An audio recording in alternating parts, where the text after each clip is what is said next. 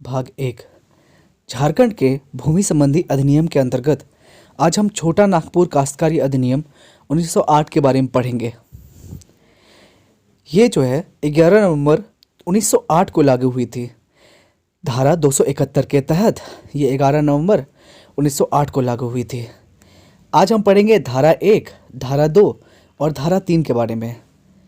धारा 1 में कहा है संक्षिप्त नाम तथा प्रसार। इस अधिनियम का संक्षिप्त नाम होगा जिसका नाम है छोटा नागपुर काश्तकारी अधिनियम 1908। तो धारा 1 में क्या है? संक्षिप्त नाम तथा प्रसार। इस अधिनियम का संक्षिप्त नाम है छोटा नागपुर काश्तकारी अधिनियम 1908। धारा 2 अर्थात निरसन या रद्द। निरसन 1 अनुसूची को में शामिल अधिनियम और अधिसूचनाओं को छोटा नागपुर प्रमंडल में निरसित रद्द किया जाता है। तो निरसन 1 में क्या है? अनुसूची को में शामिल अधिनियम और अधिसूचनाओं को छोटा नागपुर प्रमंडल में रद्द किया जाता है। निरसन 2 अनुसूची खो में शामिल अधिनियम को धनबाद जिले में तथा सिंहभूम जिले के पटमदा, ईचागढ़ और चांडिल थानाओं में निरसित किया जाता है। निरसित अर्थात रद्द किया जाता है। धारा 3 की परिभाषाएं। पहला, कृषि वर्ष। किसी स्थानीय क्षेत्र में कृषि कार्य के लिए प्रचलित हो या 1 अप्रैल से 31 मार्च तक समय या जैसा सरकार उचित समझे। कृषि वर्ष किसी स्थानीय क्षेत्र में कृषि कार्य के लिए प्रचलित हो या 1 अप्रैल से 31 मार्च तक का समय या जैसे सरकार उचित समझे। भूगुत बंध बंधक। ये भूनुत बंध बंधक क्या है? ऐसे रैयत जो उधार या ऋण में लिए गए धन के लिए बंधक रखे और सभी प्रकार के शुद्ध लाभ से बंधक अवधि तक वंचित रहे। तो भूगुत बंध क्या है? तो भूगुत बंधक क्या है? ऐसे रैयत जो उधार या ऋण में लिए गए धन के लिए बंधक रखे और सभी प्रकार के शुद्ध लाभ से बंधक अवधि तक वंचित रहे। तीसरा है जोत। जोत क्या है? रैयत द्वारा धारित भूमि या भूमिखंड। जोत किसे कहेंगे? रैयत द्वारा धारित भूमि या भूमिखंड। उसके बाद आता है कोरकर। वह भूमिखंड जिसे मुख्यतः धान की खेती के लिए कोड़कर चौरस बनाया गया हो। वह भूमिखंड जिसे मुख्यतः धान की खेती के लिए कोड़कर चौरस बनाया गया हो उसे कोरकर कहेंगे। भूस्वामी। भूस्वामी उसको कहते हैं जिसके अधीन रैयत या काश्तकार भूमि धारण करता हो। जिसके अधीन रैयत या काश्तकार भूमि धारण करता हो और लगान देता हो, जैसे सरकार। तो भूस्वामी कौन है? सरकार है, जिसके अधीन रैयत या काश्तकार भूमि धारण करता हो और लगान देता हो। स्थायी भूधृति। स्थायी भूधारक का हित। स्थायी भूधृति है स्थायी भूधारक का हित। स्थावर शर्त। लगान के अलावे अन्य शर्त।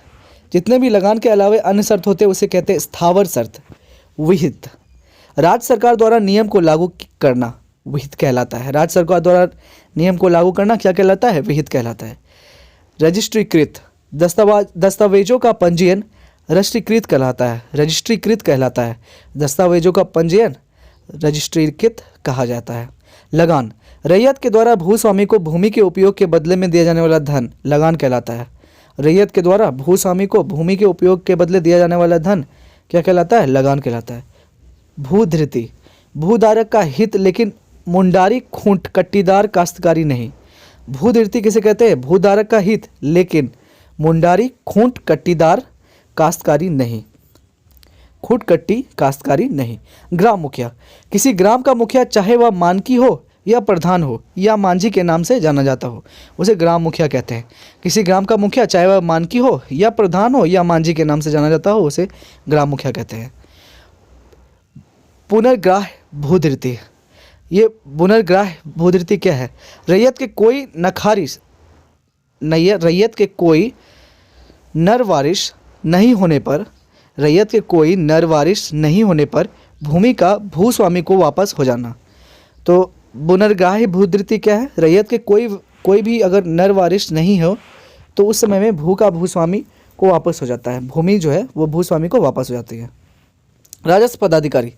राज्य सरकार द्वारा राजस्व के वसूली के लिए अधिकृत अधिकारी को राजस्व अधिकारी कहते हैं। काश्तकार।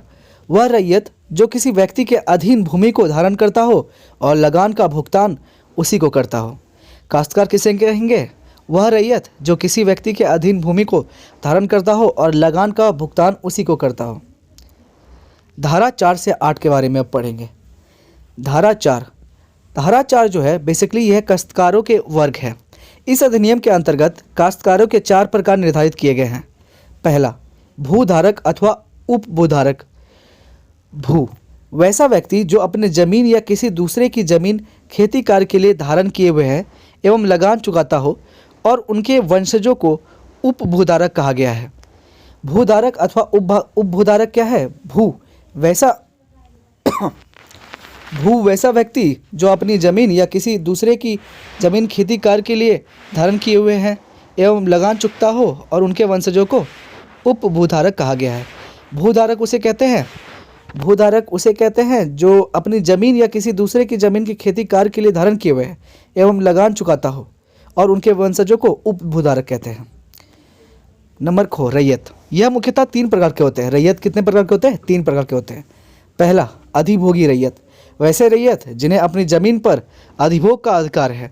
अधिभोगी रैयत किसे कहते हैं? वैसे रैयत जिन्हें अपनी जमीन पर अधिभोग का अधिकार है। दूसरा, अनाधिभोगी रैयत। ऐसे रैयत जिन्हें अपनी भूमि पर अधिभोग अधिकार नहीं है उन्हें अनाधिभोगी रैयत कहते हैं। तीसरा, खुटकट्टी रैयत। ऐसे रैयत जिन्हें खुटकट्टी अधिकार प्राप्त हो उन्हें खुटकट्टी रैयत कहते हैं।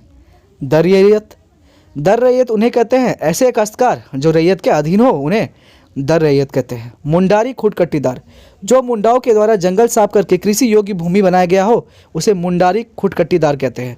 जो मुंडाओं के द्वारा जंगल साफ करके कृषि योग्य भूमि बनाया गया हो उसे क्या कहते हैं? मुंडारी खुटकट्टीदार। अब पढ़ेंगे धारा 5। धारा 5 अर्थात भूधारक का अर्थ। धारा 5 में क्या कहता है? भूधारक का अर्थ। भूधारक का अर्थ है वह व्यक्ति जिसने भूमि को धारण किया है। भूधारक मीन्स वह व्यक्ति जिसने भूमि को धारण किया हुआ है। धारा 6, रैयत का अर्थ। रैयत का अर्थ है जिसने खेती करने या करवाने के लिए भूमि को धारण किया है। रैयत का अर्थ है जिसने खेती करने या करवाने के लिए भूमि को धारण किया है। धारा 7, खुटकट्टी अधिकार युक्त रैयत का अर्थ। धारा 7 के अंतर्गत आता है खुटकट्टी अधिकार युक्त रैयत का अर्थ। खुटकट्टी अधिकार युक्त रैयत का अर्थ है कि वह व्यक्ति जिसने मुंडाओं के खूट परंपरा से भूमि के अधिभोग का अधिकार ग्रहण किया हो। तो खुटकट्टी अधियुक्त रैयत का अर्थ है क्या? वह व्यक्ति जिसने मुंडाओं के खूट परंपरा से भूमि के अधिभोग का अधिकार ग्रहण किया हो। पढ़ेंगे धारा 8 के बारे में। धारा 8, मुंडारी खूटकट्टीदार का अर्थ। मुंडारी खूटकट्टीदार का अर्थ है वह मुंडारी जिसने खूटकट्टीदार भूमि में जोत का अधिकार अर्जित किया है। मुंडारी खूटकट्टीदार का अर्थ यह है वह मुंडारी जिसने खूटकट्टीदार भूमि में जोत का अधिकार अर्जित किया है।